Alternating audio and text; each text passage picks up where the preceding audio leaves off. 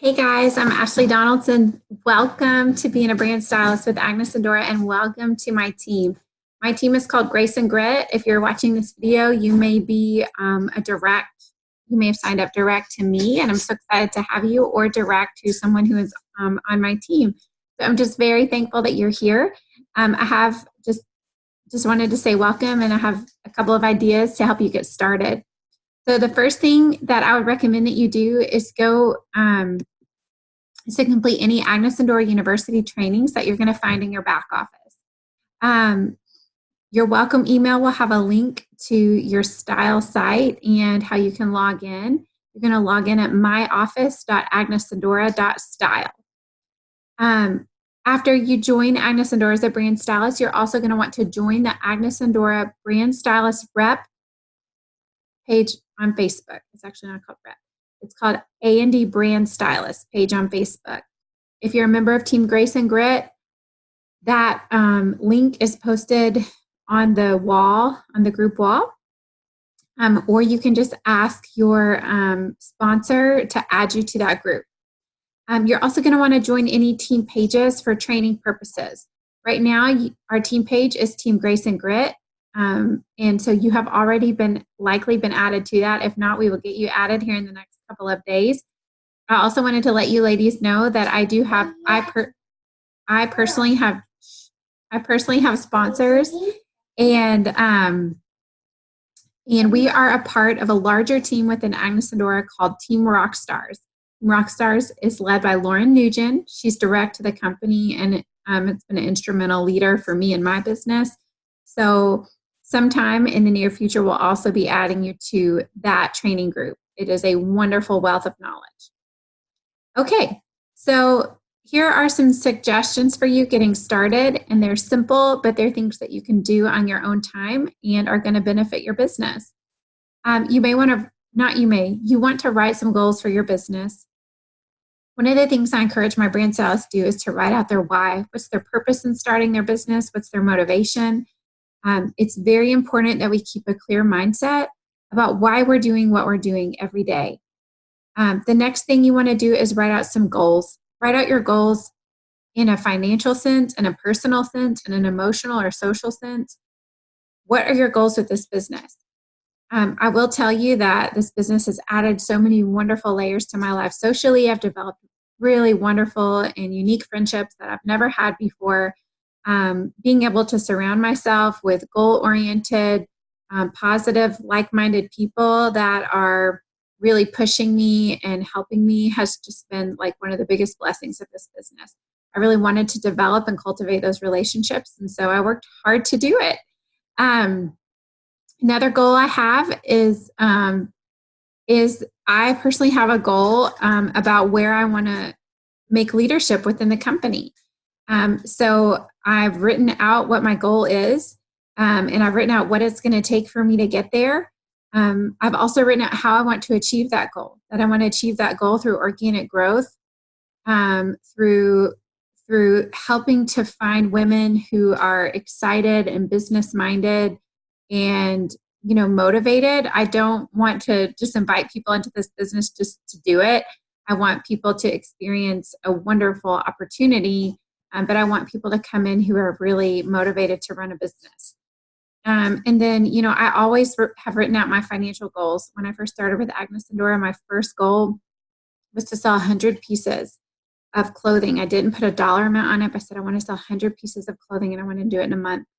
And so I broke that down into week by week what that looked like and what did I need to do to get there. And if I was going behind, I would schedule a home party, or if I was going behind, I would schedule a live. And I just kept putting in income producing activities until I got there.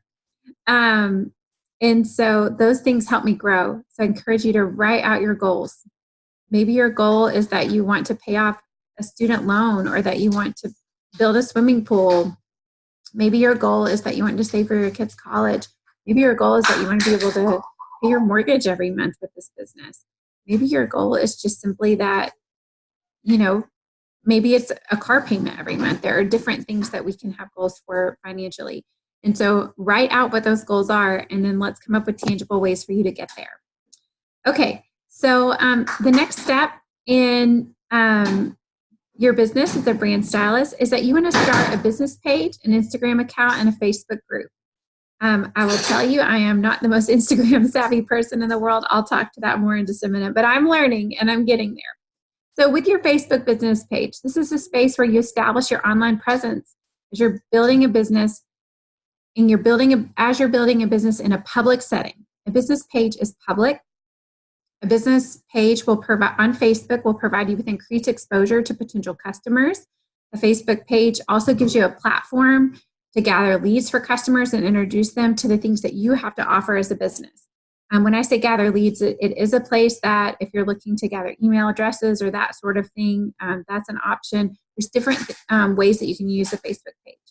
Starting a Facebook business page costs you $0. If you're interested in paid ads, it's something that we will do training on at a later point through A&D University. But your business page itself is free. A business page can also provide you with really helpful insights, like how many likes you have, how many people has your post reached. It talks about your level of engagement and how your posts perform. So and it helps you realize how you're reaching different people in your cold market, which is your cold market is people that don't know about Agnes and Dora. So your business page also helps create brand loyalty. It gives you a platform to provide really valuable content to your customers and or your potential business and or your potential customers. So I personally go live when I do live sales from my business page. I also share that into my group, and we'll talk more about your group next. You also want to set up a Facebook group. It may seem a bit redundant, but creating a group provides a space for you to build and grow relationships with your customers. Think of your group as a more personal connection with people who are shopping with you. It provides a space for your customers to engage with you and with one another, and to build that shopping community and to build that community of women that will be so key and pivotal in helping your business to thrive. It also provides a space where you can easily communicate with your customers. For example, I have a lot of local customers. I don't go on my business page and say, hey guys, the pickup boxes are out. But you know what? I do that in my group because they're all there, and it helps them be in the know about what's going on with my business. Sometimes I also do special things for my customers, my established customers, than I do differently for my group. Hey, baby, my daughter just brought me a little tiny seashell.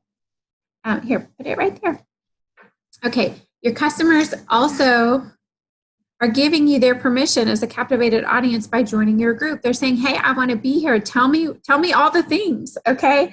So it's a really wonderful place to interact and just build that community and to really maximize and capitalize on that attention that you have from those individuals. Okay, so it's a great idea to start an Instagram account. I have a personal Instagram account. I also have a business one. If you don't know how to start a Facebook business page, an Instagram account, or a Facebook group, my advice is to go to YouTube and to Google a how-to, or do a search. So YouTube will teach you pretty much anything that you want to know about how to start something on Facebook or start something on the internet. That's how I taught myself. And I only did it all one time each, so I don't remember step by step. Okay. So the next thing you want to do as you're a brand stylist is make it official. Announce it on your personal Facebook wall that you've become an Agnes and Dora brand stylist. Most of the time when our friends and peers and family members get a new job, they post that on Facebook. Hey guys, like I'm a new teacher. I'm a new nurse at a new hospital. All of these things. Tell people what your job is now. Tell people what you're doing. So take a photo of yourself wearing Agnes and Dora. It would be ideal. Provide a few details. Why do you love Agnes and Dora? Why are you doing this? Talk about your why. Why do you want to share Agnes and Dora with your friends? Ask for their support. Ask your friends on Facebook and Instagram and your social media outlets. Ask them to support you as you begin your journey and as you build your business. And also invite them to like your business page, to join your group, or to share your shopping link. So this will give them a start, let them know what you're doing, and it's gonna pique their interest, and they're gonna want to say, hey, what is this all about? It's so cool she's starting a business. I want to know what it is. Okay, so the next thing that you want to do is to think about your branding. Your branding is what you use on social media to identify yourself. So it's time to think about your target audience, come up with who you want to appeal to. Your target audience tends to be people that you naturally relate to through age, hobbies, similar family type environments, circles of faith or employment. So you're going to find your target market comes pretty naturally to you.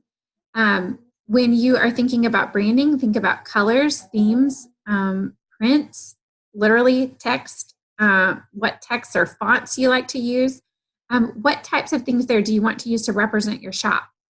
And if you're unfamiliar with this sort of thing, Pinterest is a great resource just to kind of help you get a feel for how to choose branding and you can just go through that and look at different images and say, oh, I'm really drawn to this. I'm really drawn to this. This really represents me well. If it's within your budget, contact a graphic designer to help you aid in your branding. If you're on more of a limited budget, I have found that Etsy is a really good resource. There are individuals on there who kind of have like prefab type of branding and can make it personal to you. So that's a really good resource as well. Next is a brand stylist. Let's think about supplies that you may need to purchase. Often in our business, we do what's called a flat lay. We lay out the beautiful clothing in an outfit with accessories, shoes, that sort of thing. We want to give a customer an idea of how they can put images together. So you may need a backdrop for flat lay photos. I personally have a backdrop I ordered on Amazon. It's made out of a vinyl material and it looks like shiplap.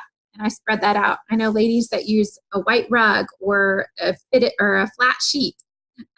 So some type of light colored backdrop for a flat lay photo. A tripod for your lives or your photo opportunities. That can be a physical 3-legged tripod. I use one of those squiggly things that's really like technical, right? But it's like a squiggly thing that you clamp onto like a chair or a clothing rack or something, and then it holds my iPhone or my iPad because that's how I go lives and take photos. Another thing you may want to purchase are any accessories that you would like to complement your Agnes and Dora clothing. Just think of a few like items, like necklaces look really pretty in flat lays, scarves. Most of the stuff I can just pull from my closet, cute little sandals or booties, depending on the time of year. So use that sort of thing. Also, lighting is very important. So think about purchasing something like umbrella lights, a lighting box, or an LED ring light are all good options. I personally use umbrella lights and LED lights when I'm live. There are some really good LED lights that they don't take up as much space as a box light or an umbrella light. So look at those, and Amazon is a good resource for that. Another thing you'll want are personal business cards. Once you've put together your branding, I put together my branding very quickly when I became involved with Agnes and Dora because I just wanted to get my information out there. If you spend a little more time on it, that's okay, but make decisions about it, make it look good, and then you'll want personal business cards. I personally use Vistaprint because it's the most cost-effective way for me to purchase business cards, and I can just upload my graphics and include all the information I need, like my email address, my shopping site, that sort of thing. Okay, helpful apps that you may want to use on your phone in terms of putting together graphics and photographs for your business are the following. An app called Over.